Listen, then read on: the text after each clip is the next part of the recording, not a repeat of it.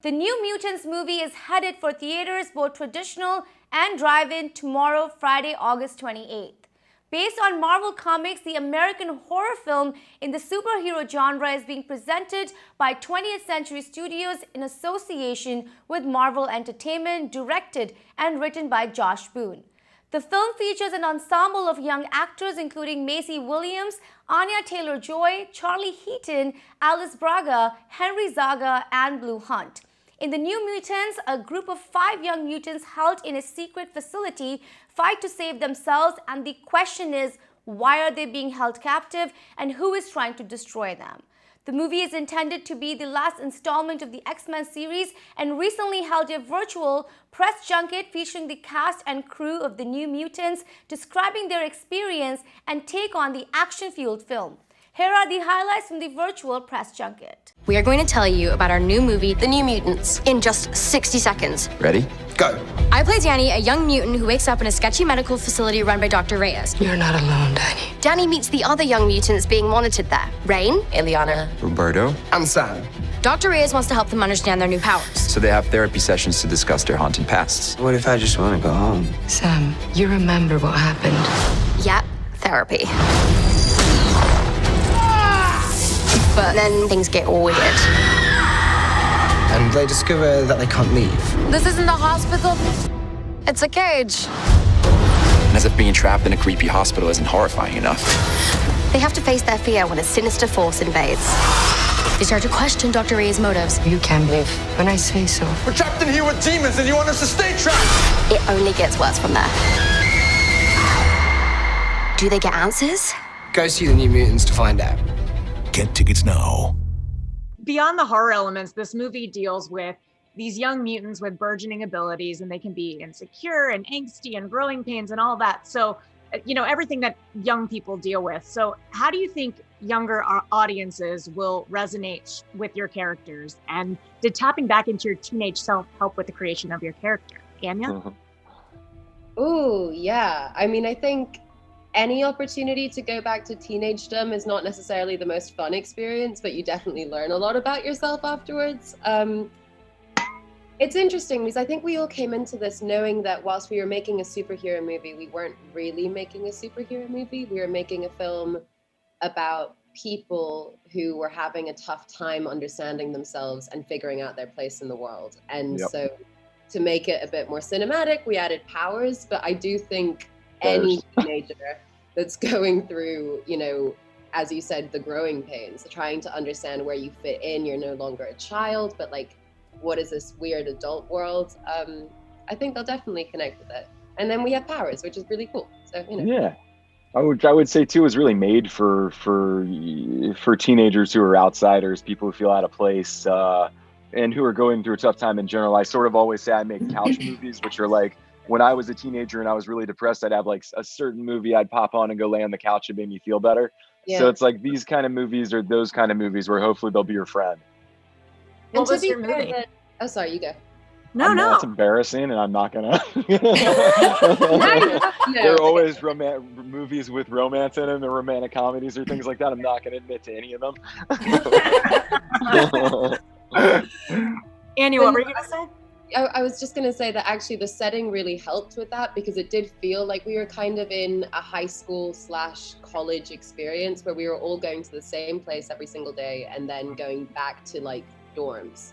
So it did feel like it was like a college experience, but where the set that you were on, somebody had hung themselves there maybe 40 years before. To be fair, I've shot in too many like abandoned mental hospitals. I'm like really way too chill about the whole situation. But, But you guys mentioned that you were kind of holed up in this hotel filming. When you think back on that experience of all that time you spent together, what sticks out to you most when you think about like your downtime on set? Charlie? Yeah, really togetherness. I mean, you have no choice but to, hang out with the people to work with. And it's a long period of time as well. I mean, we were there, I think it was like 3 months, all in all. And there is really nothing, I mean, sorry, Norwood, but there's nothing lot to do in Norwood. Not a lot to do there. Yeah. But I was entertained though, to be fair. But yeah, I mean, just had activities.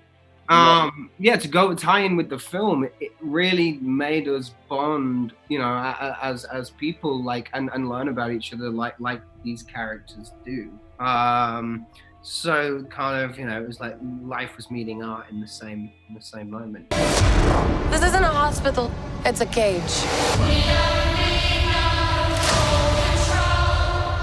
And I mean, the movie's very much like, Blue comes to this institution and sort of makes everybody through her powers open up.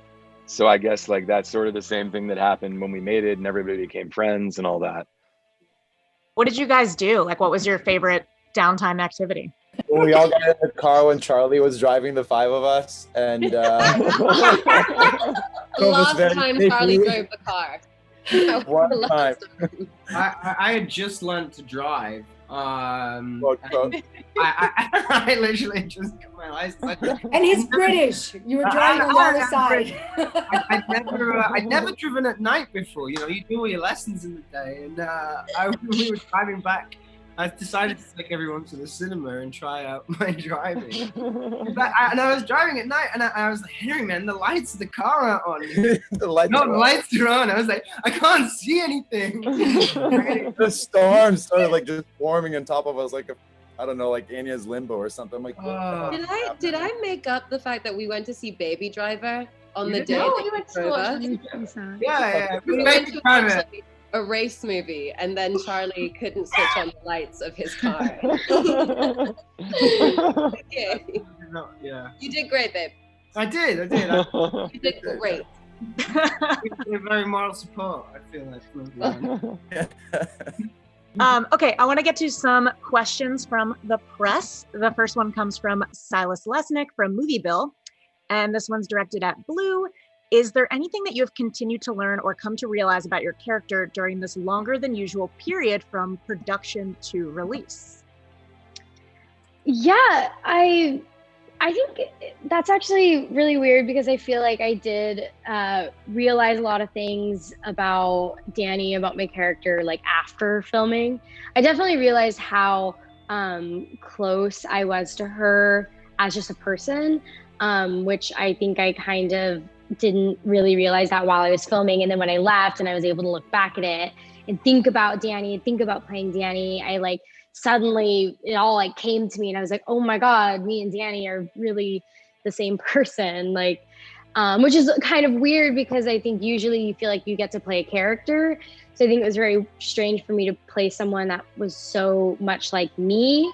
And that wasn't really something I realized until a lot of time passed. But it definitely, honestly, having like, what is it, 3 years? Yeah, 3 years passed since making the movie. I've definitely, grown, I think, as an actor, as a person. And if I would play Dani 3 years later again, I think it would be interesting because I feel like she would still be just like me and she would have come into her body for the first time. And like, I think she's a very uncomfortable teenager. And I was probably uncomfortable then, but now I'm not at all. And like, I think Dani wouldn't be either. Does anyone else have any like realizations they had about their characters after the fact? Somewhat similar thing. I think at the time,